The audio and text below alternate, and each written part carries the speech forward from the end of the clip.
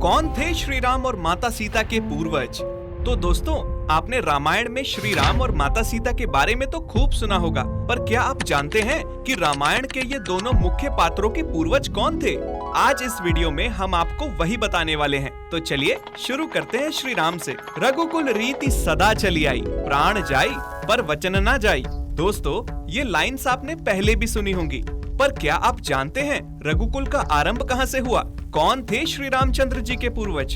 दोस्तों, रघुकुल का आरंभ महाराज इक्ष्वाकु से होता है, जो कि अयोध्या के सबसे पहले राजा थे। उनके राज में रघुवंश को इक्ष्वाकु वंश कहा जाता था।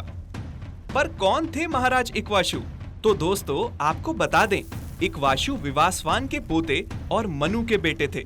पर अब आप सोच रहे होंगे कि धरती पर सबसे पहले मनुष्य तो मनु ही थे, तो फिर ऐसा कैसे हो सकता है कि वो किसी के बेटे हों? तो आपको जान के हैरानी होगी दोस्तों, विवासवान और कोई नहीं बल्कि स्वयं सूर्य देव थे, जिनकी शक्ति से मनु अवतरित हुए। तभी तो श्री राम जी के वंश को सूर्य वंश भी कहा जाता है। जब अयोध्या पर राजा रघु का राज आया तो इक्ष्वाकु वंश को रघुवंश कहा जाने लगा।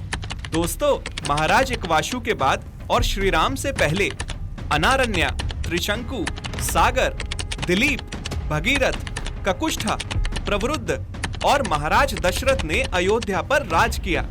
ये सभी श्री राम जी के पूर्वज कहे जाते हैं।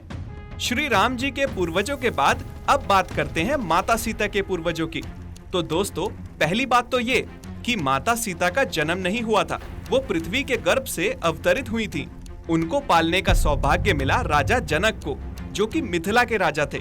दोस्तों, मिथिला उस समय विदेहा राज्य की राजधानी थी। आपको बता दें कि विदेहा राज्य की स्थापना निमि ने की थी और निमि के ही बेटे थे मिथि, जिनके नाम पर विदेहा की राजधानी का नाम मिथिला पड़ा। इसीलिए राजा जनक को मिथिलेश कुमार कहा जाता है, और क्योंकि माता सीता उनकी बेटी थी, इसीलिए उनको मिथिलेश कुमारी कहा जाता है।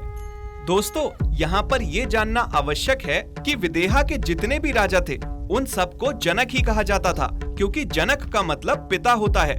निमि पहले जनक के बेटे थे, जबकि सीता माता के पिता राजा जनक अपनी वंशावली में 23वें जनक थे।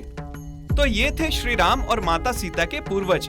दोस्तों, अगर आपको इस वीडियो में कुछ नया सीखने को मिला हो तो इसे लाइक, शेयर और सब्सक्राइब अवश्य कीजिएगा। जय श्री राम।